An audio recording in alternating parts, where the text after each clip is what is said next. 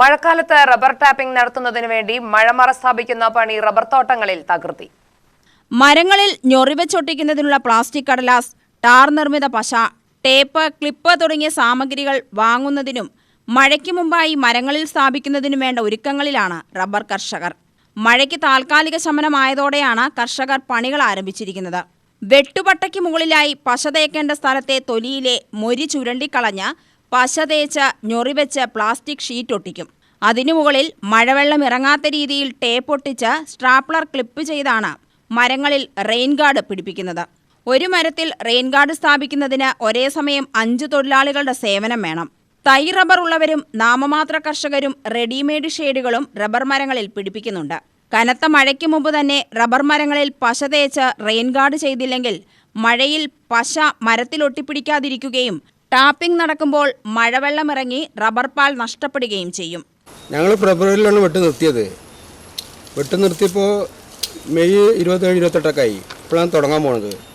പൊതുവെ കഴിഞ്ഞ പ്രാവശ്യം കാലാവസ്ഥ മോശം കൊണ്ട് ടാപ്പിംഗ് നടന്നില്ല. മുതലാളിമാർക്കാണെങ്കിൽ ആദായമില്ല. മരത്തിൽ പാലില്ലായിരുന്നു.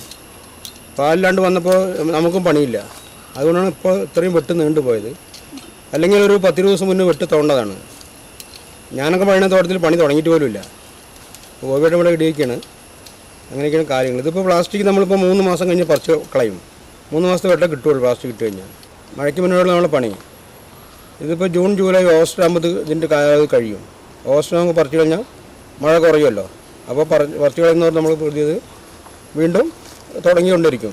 അങ്ങനെ പോയി ഒരു ഫെബ്രുവരി ആകുമ്പോഴേക്കും ആദായം വളരെ കുറയും. അപ്പോൾ നിർത്താൻ നിർത്തും. ഇപ്പോൾ മഴമറ ഇട്ട് വയ്ക്കുന്നതേ ഉള്ളൂ. മഴ പെയ്യാത്തതുകൊണ്ട് ജൂണിലേ തുടങ്ങുള്ളൂ. ഇത് ഇട്ട് കഴിഞ്ഞാൽ 2 മാസം ഇങ്ങനെ നിർത്തണം. നാളെ മുതൽ പണി തുടങ്ങിയാൽ മൊത്തം ലീക്കായി പോകും. ഒന്നും ഉറക്കാണ്ടേ. മാസം വളരെ മോശമായിരുന്നു. ആർക്കും ആദായമില്ല. പാലില്ല. ഇപ്രാവശ്യം ഇത്തിരി വില കയറി നിൽക്കുന്നത്. കഴിഞ്ഞ ദിവസം ഇത്രയും വിലയും വന്നിട്ടില്ല. പശ്ചിമേഷ്യൻ സംഘർഷങ്ങളുടെ പശ്ചാത്തലത്തിൽ മഴമറ ജോലിക്ക് ആവശ്യമായ സാധനങ്ങളുടെ വിലക്കയറ്റവും കടുത്ത ദൗർലഭ്യവും റബ്ബർ കർഷകർക്ക് തിരിച്ചടിയായിട്ടുണ്ട്. UTV news, Palakkad.